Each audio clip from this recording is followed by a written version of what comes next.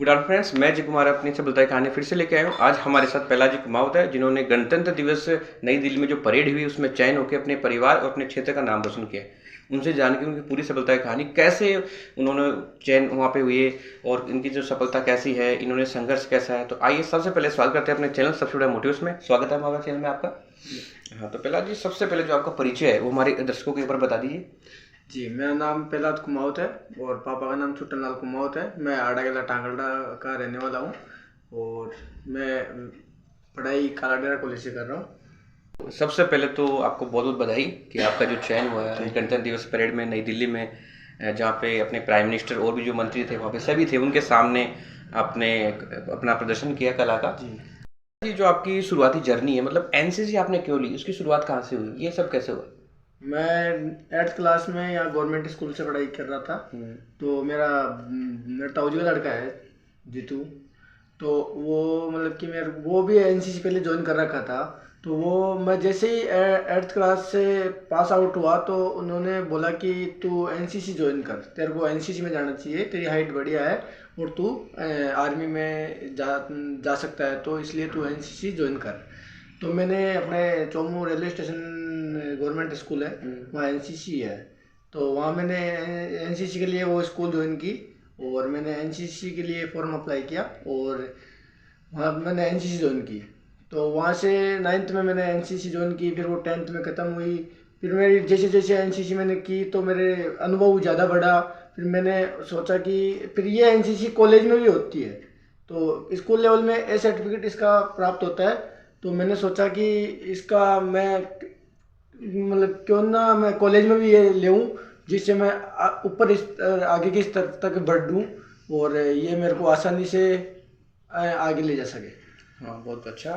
तो पहला जी ये बताइए, जैसे काफ़ी सारे स्टूडेंट होते हैं जो एनसीसी लेते हैं, तो शुरू में तो क्या है कि उनका रहता है कि वैसे रुचि रहती है कि मैं एनसीसी लिया हूँ, लेकिन बाद में क्या 1-2 साल करके वो छोड़ देते हैं। लेकिन आपने इसको नहीं छोड़ा, आपने लगातार इसमें आप रहे, तो ये सब कैसे? मैंने शुरू से ही इसमें मतलब कि मन लगा के और दिलचस्पी से मैंने इसमें काम किया, बढ़िया ट्रेनिंग की और वहाँ का माहौल ऐसा होता है जिससे अपने आप ही अनुभव बढ़ता रहता है और रुचि अपने आप ही होती है।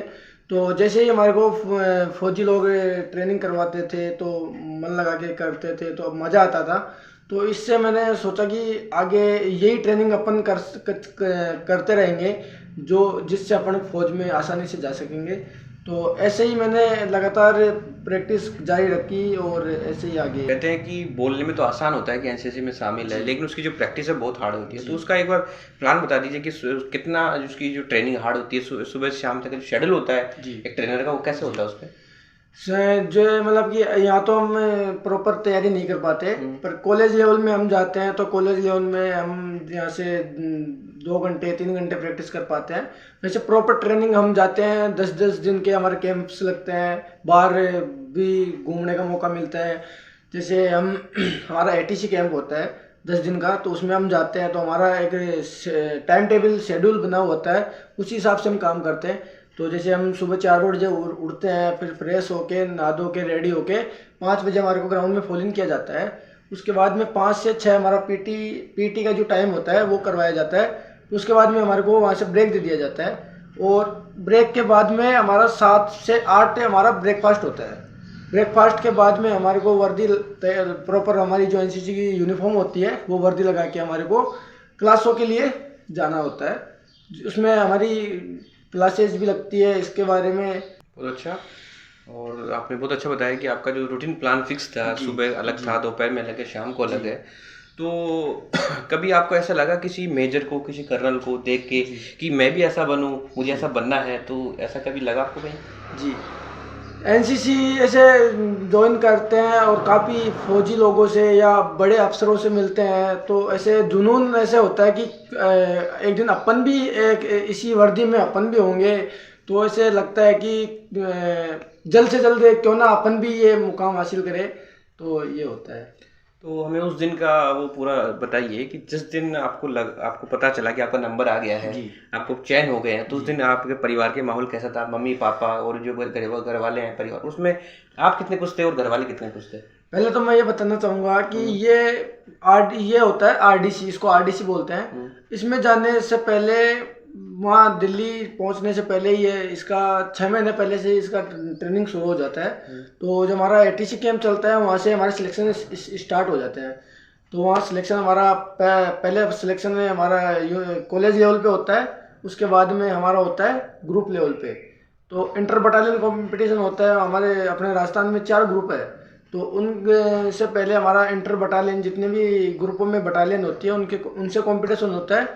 उनसे कंपटीशन से आगे की ओर बढ़ते हुए फिर उसके बाद में हमारा राजस्थान में जो 4 ग्रुप हैं उनसे बच्चे सिलेक्ट होके आते हैं। फिर ग्रुप में कंपटीशन, हमारा 4 ग्रुपों का कंपटीशन होता है।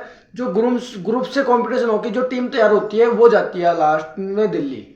तो इसके लिए हमारा 5 से 6 कैंप पे हमारे को करना पड़ता है। उसमें सिलेक्शन कंटिन्यू सिलेक्शन करवाना होता है।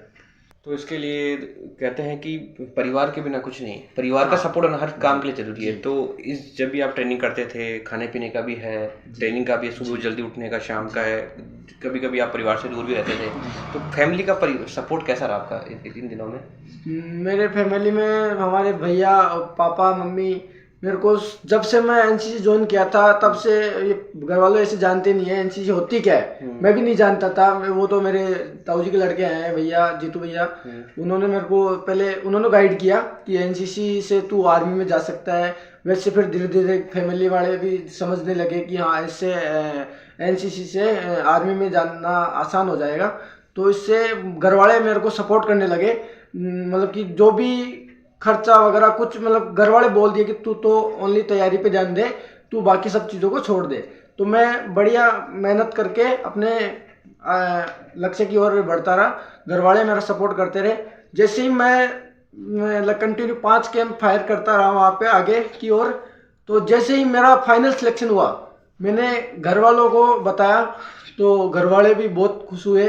मेरा भी खुशी का कोई ठिकाना नहीं था, बहुत खुश हुआ।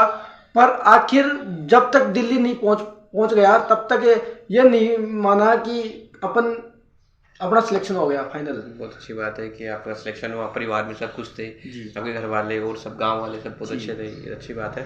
तो ये बताइए, जैसे काफ़ी सारे युवा आज अपना प्रोग्राम भी देख रहे हैं आज, कि उनके भी मन में भी इच्छा होती होगी हम एनसीसी करें 10th के बाद या 12th के बाद, तो कैसे एनसीसी को ज्वाइन कैसे करें वो, और उसका सिंपल तरीका क्या है? एनसीसी ज्वाइन करने से पहले तो मतलब कि कॉलेज लेवल में या स्कूल लेवल में देखना हो तो पहले उसके लिए अपने को चाहिए रनिंग। जैसे अपन इंडियन आर्मी ज्वाइन करते हैं तो उसमें जैसे जैसे गतिविधि होती है, जैसे पहले रनिंग, फिर पेपर, फिर फिजिकल, जो वो सब चीज़ें ही एनसीसी में करवाई जाती है। तो पहले इसके लिए फॉर्म अप्लाई करना पड़ता है। फिर अप्लाई करने के बाद में वो देखते हैं कि कितने क्या फॉर्म आए अपने पास, उसके हिसाब से बैच बनाते हैं वो। फिर बैच के हिसाब से वो रनिंग करवाते हैं। फिर रनिंग में उनको सीट होती है, उसी हिसाब से वो सिलेक्शन करते हैं, और उनका फिजिकल और रिटर्न वगैरह लेके और उनकी फाइनल लिस्ट निकाल दी जाती है। और प्रहलाद जी, काफ़ी सारे युवाओं से सुना है कि एनसीसी को मानते हैं कि 2-4 साल कर लिया ज्वाइन, चलो दबाव में कर लिया, फिर छोड़ देते हैं। उनको असली जो एनसीसी का मतलब पता नहीं होता है। तो एनसीसी एक इंसान के लिए, युवा के लिए जरूरी क्यों है? जरूरी यह है कि आजकल जैसे अग्निवीर लागू हो गया, तो सब ऐसे सोचते हैं कि आर्मी में जाना नहीं है तो एनसीसी करके क्या फायदा है, और 4 साल बाद में तो नौकरी करके फिर घर ही आना है। तो इसलिए आजकल के युवा इसमें रुचि नहीं ले रहे। तो मेरे को जहाँ तक लगता है ना, तो एनसीसी अपने को इस लेवल तक ले जा सकती है कि, मतलब इस लेवल पे, जैसे आप एक तो आर्मी में सिलेक्शन हो सकते हैं, तो आर्मी में इसका बहुत बेनिफिट है। जैसे कि अपने एनसीसी ज्वाइन करते हैं और अपने पास 6 सर्टिफिकेट होता है, तो इसमें अभी तो 22 साल कर दी गई ये। तो प्रहलाद जी, आपका सिलेक्शन भी हो चुका है, आपने एनसीसी ट्रेनिंग भी पूरी कर ली है, तो अब आगे का प्लान क्या, आगे का लक्ष्य, आपका टारगेट क्या है आगे का लक्ष्य मेरा यही है कि मैंने एनसीसी ज्वाइन की है तो इससे काफ़ी बेनिफिट हुआ है मेरा। तो मैं यही चाहूँगा कि मैं जल्द से जल्द इंडियन आर्मी ज्वाइन करूँ। और अभी जैसे भर्ती निकली हुई है, स्पेशल एंट्री जिसको बोलते हैं, तो इसमें सी सर्टिफिकेट होल्डर को सीधा फिजिकल के तौर पे सीधा सिलेक्शन।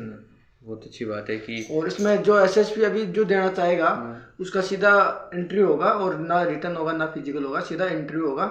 इंटरव्यू पे जो क्लियर करता है वो सीधा लेफ्टिनेंट। और जब आप सब आपके सामने जो अपने प्राइम मिनिस्टर मोदी जी भी थे, अमित शाह वगैरह और भी होंगे जो नेता वगैरह, तो उनसे जो मिलान है, उनसे उनको देखना, उनसे बात करना वगैरह, ये सब कैसे हुआ?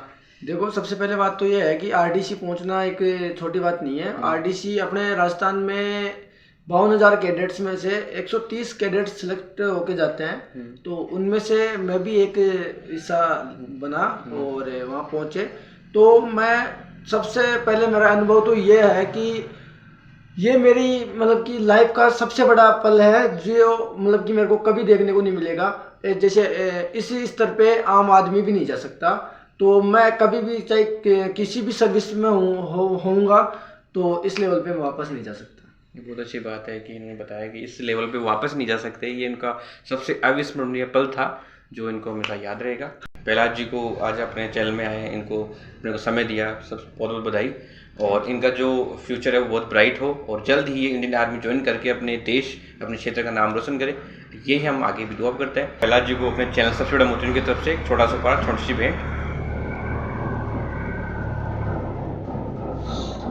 और अभी तक भी आपने मेरा चैनल सब्सक्राइब नहीं है तो यूट्यूब पे जाइए, सबसे बड़ा मोटिव सर्च कीजिए, लाइक कीजिए। इससे क्या होगा, जो मेरे आने वाले वीडियो सबसे ज़्यादा तक पहुँचेंगे और काफ़ी सारी जो अच्छी अच्छी कहानियाँ हैं वो अभी तक मेरे पास नहीं पहुँची हैं, तो यदि आपको मिले तो आप मुझे शेयर कर सकते हैं। जय हिंद, जय भारत।